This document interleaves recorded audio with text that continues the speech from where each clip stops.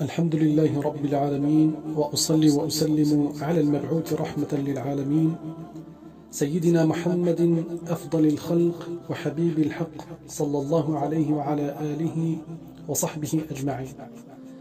Chers frères, chères sœurs, salamullahi alaykum wa rahmatuhu wa barakatuh. À l'approche de la nuit du 27 de ce mois béni, la nuit qui correspond, d'après un grand nombre de savants, à la nuit du destin, Laylatul Qadr, qu'Allah subhanahu wa ta'ala a valorisé par sa parole quand il a dit Laylatul Qadri khayrun min alfi shahr. La nuit du destin est meilleure que 1000 mois. Les gens se posent la question ces derniers temps sur ce qui doit se faire comme adoration lors de cette nuit. La tradition du prophète sallallahu alayhi wa sallam lors de cette nuit, ainsi que les propos de ses compagnons et les gens de science, les savants qui les ont succédés, nous apprennent que lors des 10 derniers jours de Ramadan, lors des 10 dernières nuits de Ramadan, en général, dont fait partie cette nuit sacrée intitulée Laylatul Qadr, il est fortement recommandé de faire un certain nombre de choses, ce qui constitue l'objectif de cette vidéo aujourd'hui. La première des choses qu'il faudrait faire, c'est d'avoir tout d'abord et avant tout l'intention d'adorer Allah Azza wa Jal pendant cette nuit-là, beaucoup plus que toutes les autres nuits de Ramadan. La deuxième chose, c'est le fait de faire Al-Qiyam bayna yaday Allahi Azza wa Jal, le fait de prier un maximum possible de prières surérogatoires pendant cette nuit, comme faisait notre cher maître Muhammad sallallahu alayhi wa sallam. Ses épouses, radiyallahu anhunna wa ardahun, qu'Allah les agrée toutes, rapportent que notre cher maître faisait Al-Qiyam et priait pendant les nuits ordinaires jusqu'à ce que sallallahu alayhi wa sallam, il avait très mal aux pieds.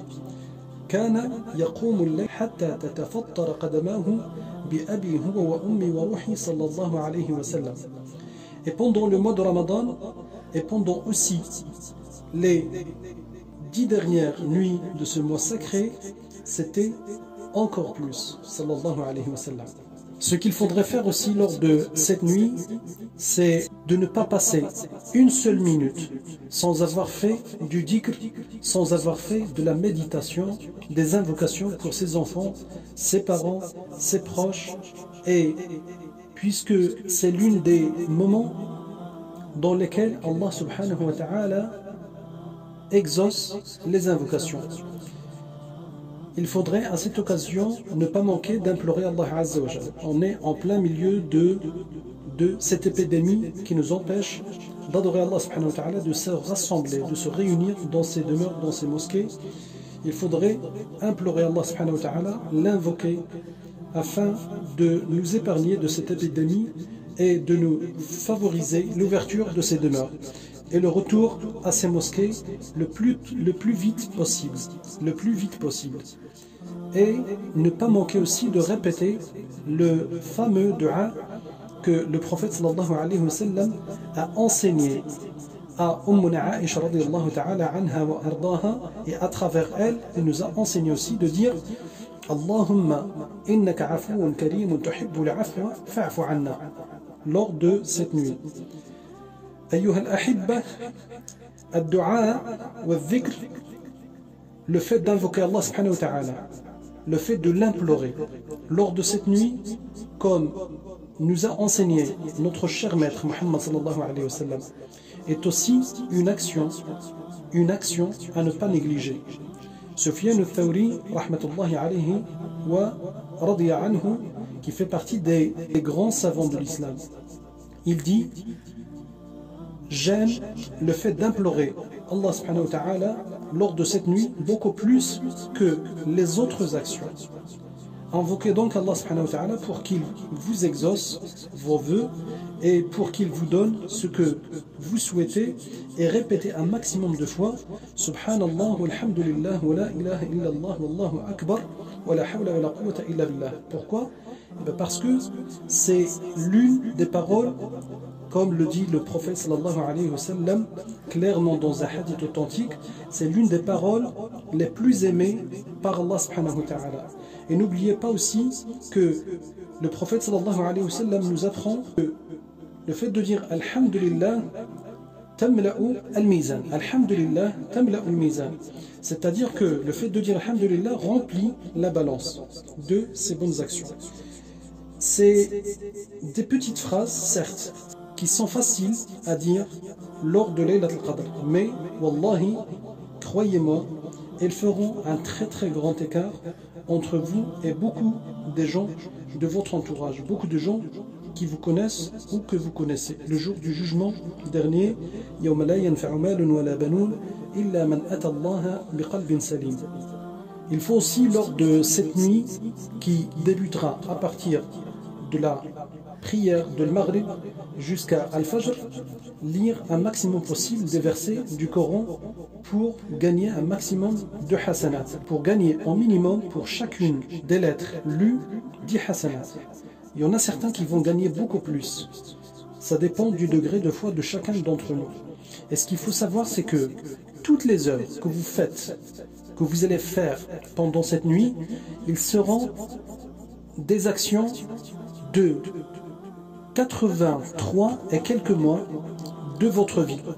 Laylatul Qadri khayr min alf shahr, c'est-à-dire ce que vous allez faire pendant toute cette nuit, c'est comme si vous le faites, si Allah subhanahu wa ta'ala agrée vos actions, vos œuvres lors de cette nuit, qu'Allah accepte vos œuvres, qu'Allah vous facilite le fait de vous mettre devant lui pour l'adorer de la meilleure sorte. Allah subhanahu wa ta'ala va vous donner l'équivalent de tout ce que vous allez faire pendant cette nuit, comme si vous l'avez fait,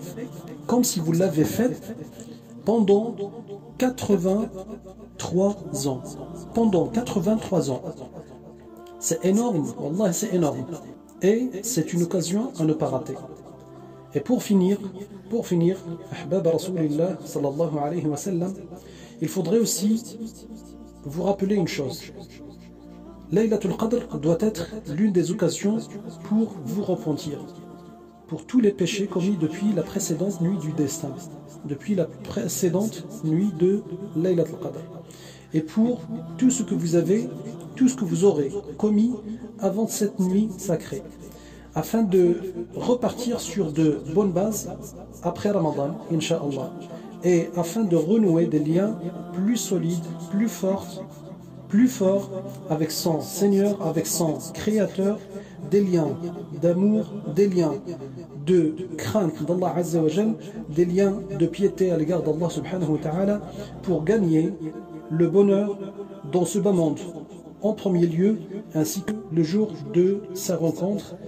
والله سبحانه وتعالى نسأل أن يبلغنا ليلة القدر وأن يوفقنا لعبادته فيها وأن يتقبل منا فيها وفي غيرها من ليالي رمضان الصيام والقيام وتلاوة القرآن على الوجه الذي يرضيه عنا والحمد لله رب العالمين.